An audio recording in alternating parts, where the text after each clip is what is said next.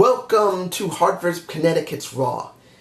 Ladies and gentlemen, I admit I had forgotten about Payback a little bit because I had some stuff I was doing, and being a little upset because of China dying kind of made me forget a little bit. But I have to say this. This show wasn't very good. It wasn't bad at all.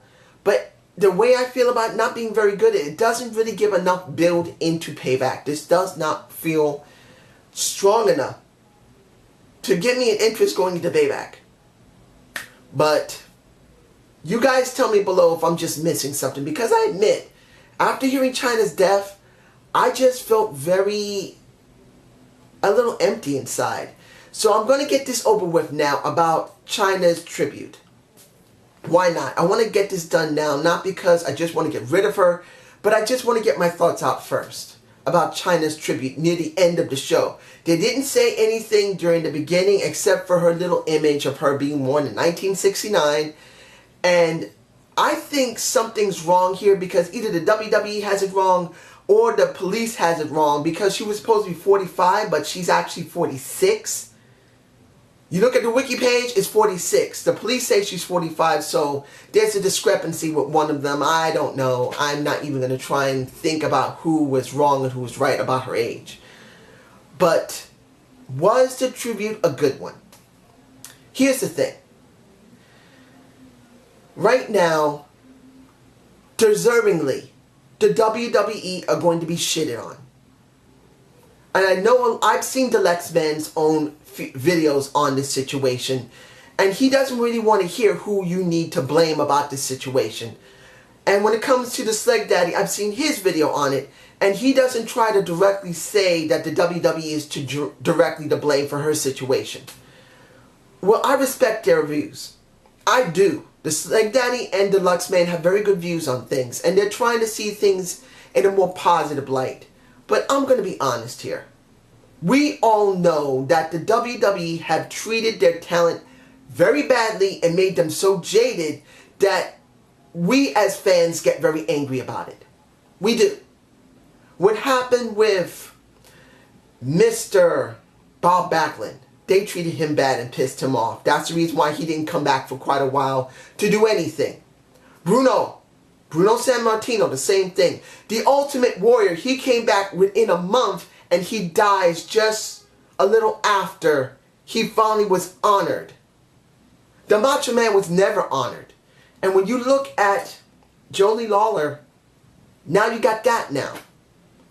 And I truly believe to a good amount that the WWE is responsible for this. What happened with Owen Hart and that pay-per-view, instead of closing it down and paying everybody off, what did they do? They actually continued the show. The WWE needs to be pooned on this. I'm sorry. I know a lot of people are going to say this isn't really fair. To a certain extent, she did destroy herself, and I will admit that. She destroyed herself like the one who will not be named. But part of what came down to that is them. We have to take that into account of her fall. And they're going to be pooned for this, and they deserve to be pooned to an extent. So I just wanted to say that. And was the tribute alright? It wasn't bad. You see all the tweets, and I know a lot of people are going to say, well, it's so generic because they put out a joint tweet statement, and many of them did because they don't want to insult the WWE and make themselves look bad to them. But they did do something. Do I feel it's enough? No. I would rather publicly hear Triple H say simply, I'm sorry, Jolie. I'm sorry. That's the person I want to hear something from more than anyone else. And maybe he'll do it, maybe he won't, but that's what I feel. Now I got that out of the way, let's look at the rest of the show. And what I felt really didn't make it enough for Payback. The opening of the show. When it came to Steph and Shane, I still feel very uncomfortable about this situation with those two. About the entire thing of what happened in WrestleMania. I know a lot of people are going to say, dude, let it go. No. Look, Shane should have just been put in charge. You didn't even need to do a storyline with him because it wasn't necessary. They did that as a shock thing. And to be honest, it's faded. When it comes down to it, Shane is still over. I'm happy he's there, but the more they try to push the storyline where Shane was supposed to go up against The Undertaker, and if he lost, he wouldn't have shit. But then he still has something. He still has his name. He's probably going to still be spotlighted by the WWE. And Vince himself is going to say, I'm sorry, son, I love you, probably later down the line. I felt was not necessary. And seeing that Steph is there now saying, well, when we're at the pay-per-view, you're going to find out that you're kicked out and I'm here and you're not going to be there. I just felt wasn't necessary. I do believe that the ending of that segment where Steph got her ass sent out of the ring and down the ramp with one guy who got his face smacked really easily like a bitch was funny, and I enjoyed the hell out of it. I did. Hearing everybody say, bye-bye, Steph, bye-bye, waggle your ass out of here, I have no problem with it. But I did still feel like the entire situation sucks. But you guys tell me below if you like it or not. I'm sure a lot of people do like it, but my personal preference, I don't. The Usos going up against Anderson and Luke, just... I feel sorry for the Usos. Honestly, just feel like they're being just a prop. They at one point were so hot, and they still are hot. And the WWE has already used them multiple times to job. And it just... it hurts. It hurts to see them like this. And I'm just going to leave it at that. Did Anderson and Luke do well? Yeah, they did. The segments they had with AJ, were they convincing enough? It depends on you. For me personally, thinking about the situation, I'll explain it at the end of this review. I just feel like it's done well, but I will elaborate on that later. The Corbin and Ziggler situation. There was not even a match between him and Damien Sandow, where we haven't seen this man in so long. Oh, Damien, man, I'm so sorry. Please remember me, thank you. I am the intellectual savior of the masses, but then the savior of the masses is not seen on television. Why? They just dropped him, and that hurts. Do I care about the Corbin-Ziggler feud? Only under the premise that Corbin must be put over at Payback. People are cheering for Dolph. And it worries me that they're going to sacrifice Corbin for Dolph. Again, a Andre the Giant Memorial Battle Royal winner like a Cesaro and now a Corbin, a Baron Corbin, are going to be thrown to the wayside for a face that really is not getting anywhere. And a Dolph Ziggler. That's where I'm going. The final bit about the tag title. I thought there was going to be a match this week. But hearing that final match is going to be on Payback is actually something we don't normally see. We usually see it on Raw or SmackDown. So I'm actually interested in seeing the Vaudevillains. And if no one knows where they get the name from, vaudeville was the early form of entertainment like television we have today. You would go to a movie theater, which was a vaudeville theater, and you would watch people put on a whole bunch of skits and see a lot of crazy stuff like people juggling, eating fire, swallowing swords, kind of like what a staying circus and standing stating circus generally is like, but not all the time. Or carnival. But a much higher quality, I believe. I could be wrong, but I believe that's the way it is. But I love their bit. I love that they went black and white. Now, I didn't pull an image of it because it's not necessary in this situation. The guys are over. I don't know their names yet. But I do like their attitude. Seeing Enzo and Big Kaz, I do like Enzo Amore saying, hey, this is what I'm going to tell you. 100%. You think you're going to win the #1 contendership? Let me tell you this. I would love to run. I would like to be on the beach and run into my own arms. But that ain't going to happen. It's impossible. And you see Big Kaz going, what the fuck? I love that. He just knows how to push a weird button that just works. I enjoyed it. Seeing that New Day doesn't have to do anything in this situation, at least until the pay-per-view is fine. Let them talk. This is one of the problems we always have with New Day, that they always have to fight and mostly job to do something. Let them have to talk most of the time, and the people enjoy just as much as them actually being in the freaking ring. I'm alright with that. Let's move on. The Dean Ambrose and Chris Jericho segments and beatdown. I have one major problem with it. There's nothing.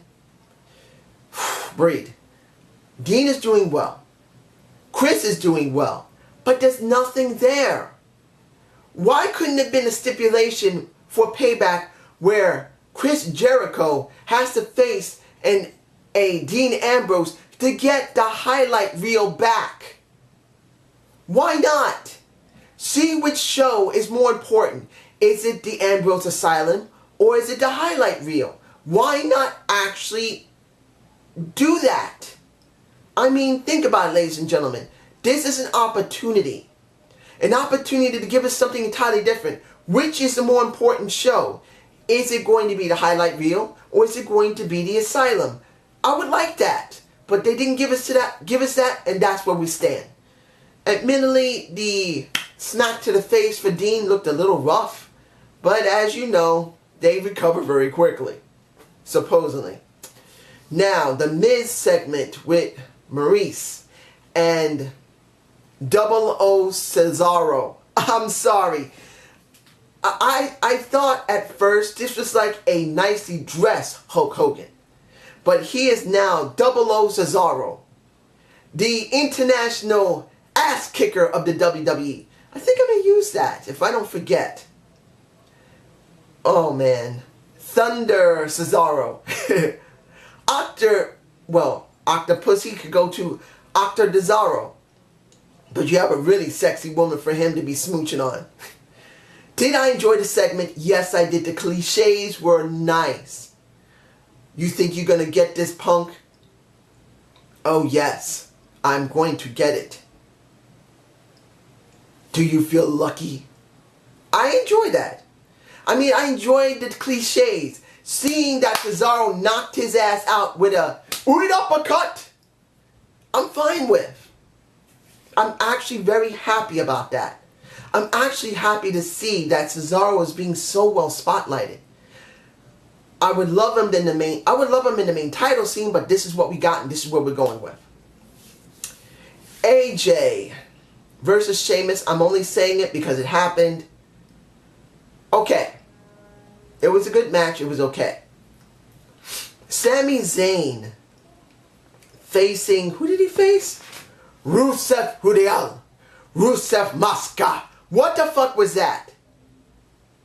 That roll-up was so stupid for Sami. He couldn't actually beat him clean. I felt this was an old NXT match that we hadn't seen in a while. Because Rusev did come up from NXT. Sami Zayn did face Rusev at one time. So, as far as I know. So, this was going to be a nice classic. But it wasn't a classic at the end of it because of that stupid roll-up. And then it's like Lana didn't even know that this was going to happen. I think they kept it out of the loop because Lana got legitimately pissed off, throwing her shoes at him. Unless I'm wrong and she wasn't pissed, she legitimately seemed pissed. I think she was not told that Rusev was going to job here so crappily in that stupid roll-up. And she started throwing her shoes at Sami Zayn, and he's going, bitch, what's the problem? She said, why the fuck you beat him like that? That wasn't supposed to happen. She legitimately got angry. And there's something else I have to add in this. What happened to her? She had a chance to actually go into the ring and be a wrestler for a little while, and they dropped it like a hot potato. That's kind of sad. I wanted to see her wrestle a little bit. And there was no wrestling. She's just, And that's sad. Stardust versus Apollo Crews. I don't know if I do that many images of this one because the interview is more important than the match itself. For me personally, that Apollo has to do a match with Dusty's son. And I felt that was a nice thing they did, because Dusty really tried to push Apollo before he died. So it's actually good to see this, that it was Cody who put him over a bit. But I'm hoping, I know this is far-fetched, but I'm hoping there'll be a feud between these two. Because since Dusty was Cody's dad, and he focused a lot on Apollo, we could actually have a really good feud here where Stardust can't stand him because his dad was trying to help him. That's what I'm hoping for with this situation. And the last few things, I only got maybe 2 left. Yeah, 2. Emma versus Natalya. And I'm sorry for Emma. I've seen Emma a little bit in NXT. I haven't seen NXT in a while. Like I said, for some reason, I'm very resistant to seeing it. I don't know why. Because I'm still frustrated about the business and about the product. I think that's the reason why I'm being so reluctant. Also, if I'm going to watch it, I'm going to want to review it. And maybe I think the reason I'm not really watching is because I just feel nervous about having to do so many reviews back to back to back. I think it's going to turn me off. I think that might be the main reason, because NXT is on Tuesday. I'm doing this video on Tuesday. TNA is on Tuesday. And I'm afraid I'm going to overwhelm myself and actually turn myself off. Unless you guys want me to do NXT reviews, you guys tell me, please. I want to have an incentive to do this. I'm considering it, but I don't really have one. But back to Emma. I feel sorry for her because she just came back. She looks great. She seems different, and she jobs to Natalya. I understand the reason why, but couldn't it have been Summer Rae? Couldn't it have been Alicia Fox? Come on. You couldn't put Paige out for her to job. You couldn't do Becky to job. You could have jobbed Becky out for this. But no. It's got to be someone who really looks like they can really do something in division, and your job. Natalya wins. They build into Payback. Hopefully it'll be good with Bret Hart. Like I said, Bret versus Rick. That's what we needed, and now we're going to get it, and I hope it works out. Finally, the final thing we need to talk about in the ending of the show. ADR versus Roman Reigns. Now, you saw the Usos with Roman. You saw AJ with Luke and Anderson. You wonder if they're really going to pull the trigger on AJ and turn him heel in this situation. And I really believe they're going to turn him heel. I believe that the WWE does not believe that Roman Reigns is going to get over. It's going to be about AJ. They don't want to throw the title on AJ right now. So unless they're actually going to pull that trigger, which I don't believe they will, they're going to turn AJ heel to try and make him presentable enough to turn the crowd's feelings against Roman from him being hated to him being loved. And I believe this is not going to work. If they turn AJ heel, they're going to make the WWE will enrage the people even more. They don't want to boo AJ. They want to cheer him. They don't want to boo, well, they do want to boo Roman Reigns for a stupid reason, because he's been built badly. It's not his fault.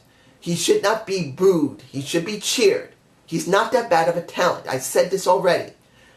But trying to get him over by making someone who's already loved as a face into a heel is really going to mess everything up. You're going to make people love AJ more by turning him heel, and you're going to make everyone hate Roman Reigns even more by making him a face. It's not going to work. It's not. Unless they realize they need to make him stay face and let him win the title, and that will be something different. And I know a lot of people would say, are you serious going to let AJ have the title? Vince would never do it. Who knows what Vince would do? He's not doing that well right now in the ratings. No matter how much you guys say that WWE is great, the ratings have been tanking. Even with Shane there, the ratings are tanking. And they got to do something soon to try and bring up ratings. AJ is still well known, and I think that if they were crazy enough to pull the trigger, he could carry that title. But I know they're not going to do that. They want Roman Reigns because they spent all this time using him, but he will be hated even more after this situation. If you turn AJ heel, he'll be cheered even more no matter what. And then you're just going to have the crowd just boo Roman Reigns worse. And that's just going to drive Vince insane. But this is just my point of view. You guys tell me below how you feel. And I hope you enjoyed the Zane view. Please give me a comment below. Somebody tell me if they really want me to start watching NXT and do some reviews on it. Because I have considered it for a while now. And I've been very stressed about it. Like I said, it is the product that has been upsetting me to watch NXT. Also, the stress of trying to put as many videos out as possible. And having 3 videos done in a week, back to back to back, I guess has been kind of irking me and scaring me. Maybe if I get a little incentive to actually want to do it, you guys tell me below. Have a good day and have a good night. Peace!